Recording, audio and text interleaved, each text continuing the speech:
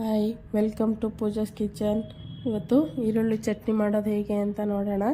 ಅದು ನೀರು ದೋಸೆಗೆ ಸೂಪರ್ ಕಾಂಬಿನೇಷನು, ಚೆನ್ನಾಗಿರುತ್ತೆ. ತುಂಬಾ ಸುಲಭ ಮಾಡೋದಕ್ಕೆ. ಒಂದು ಬಾಣಲಿ ಇಟ್ಕೊಂಡು ಅದಕ್ಕೆ 2 ಸ್ಪೂನ್ ಆಗೋಷ್ಟು ಎಣ್ಣೆ ಹಾಕೋಣ. ಒಂದು ಸ್ವಲ್ಪ ಎಣ್ಣೆ ಕಾದ್ಮೇಲೆ ಅದಕ್ಕೆ ಜೀರಿಗೆ ಹಾಕೋಣ. ಜೀರಿಗೆ ಸ್ವಲ್ಪ ಕೆಂಪಗಾದ್ಮೇಲೆ 1 ಸ್ಪೂನ್ ಆಗೋಷ್ಟು ಉದ್ದಿನಬೇಳೆ ಹಾಕೋಣ. ಹಾಗೆ 1 ಸ್ಪೂನ್ ಆಗೋಷ್ಟು ಕಡಲೆಬೇಳೆನೂ ಹಾಕ್ಕೊಂಡು ಅದ್ರ ಜೊತೆಗೆ ಒಂದು 7 ರಿಂದ 8 ಒಣಮೆಣಸಿನ್ಕಾಯಿ ಹಾಕೋಣ.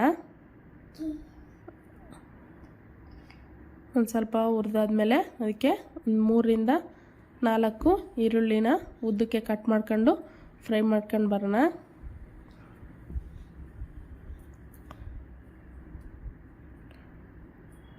ಅದ್ರ ಜೊತೆಗೆ ಸ್ವಲ್ಪ ಹುಣಸೆ ಹಣ್ಣು ಹಾಕೋಣ.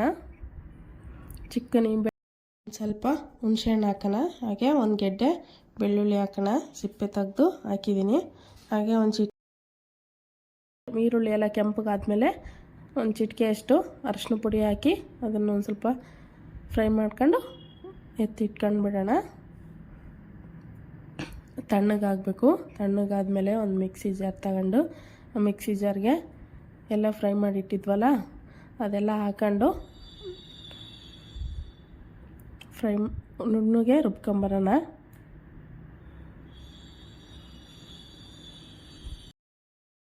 ಇನ್ನೂ ನಮ್ಮ ಚಾನಲ್ನ ಸಬ್ಸ್ಕ್ರೈಬ್ ಮಾಡ್ಕೊಂಡಿಲ್ಲ, ಸಬ್ಸ್ಕ್ರೈಬ್ ಮಾಡ್ಕೊಳ್ಳಿ. ವಿಡಿಯೋ ಇಷ್ಟ ಆದರೆ ಒಂದು ಲೈಕ್ ಬಟನ್ ಒತ್ತಿ.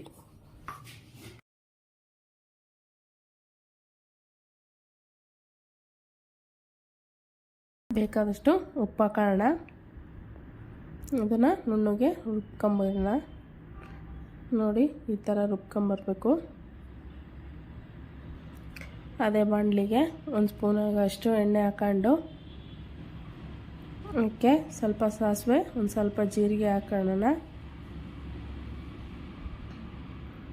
ಹಾಗೆ ಕಡಲೆಬೇಳೆ, ಉದ್ದಿನಬೇಳೆ 2 ಹಾಕ್ಕೊಂಡು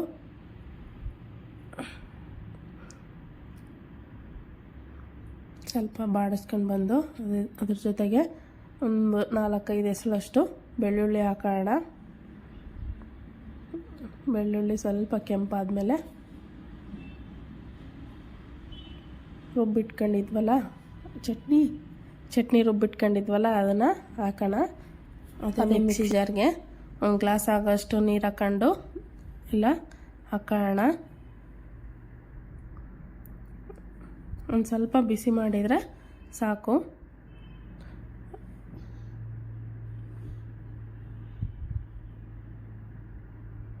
ಈಗ ನೀರು ದೋಸೆ ಹಾಕೋಣ. ಈರುಳ್ಳಿ ಚಟ್ನಿ ನೀರು ದೋಸೆ ಸೂಪರ್ ಕಾಂಬಿನೇಷನು. ಸ್ವೀಟು ಇಷ್ಟಪಡಲ್ವಲ್ಲ, ಕಾಯಿ ಬೆಲ್ಲ ಹಾಕಿ ತಿನ್ನೋರು, ಇಷ್ಟಪಡದೇ ಇರೋರು ವೆರೈಟಿ ಇರಲಿ ಅಂಥೇಳಿ ಈರುಳ್ಳಿ ಚಟ್ನಿ ಒಂದು ಸರಿ ಮಾಡಿ ನೋಡಿರಿ, ಚೆನ್ನಾಗಿರುತ್ತೆ. ಎಲ್ಲರೂ ಇಷ್ಟಪಟ್ಟು ತಿಂತಾರೆ ಮನೆಯಲ್ಲೆಲ್ಲ. ಎಲ್ಲರೂ ಒಂದು ಸರಿ ಟ್ರೈ ಮಾಡಿ ಹೇಗೆ ಬಂತು ಅಂತ ಕಮೆಂಟ್ ಬಾಕ್ಸಲ್ಲಿ ಕಮೆಂಟ್ ಮಾಡೋದನ್ನು ಮರಿಬೇಡ್ರಿ.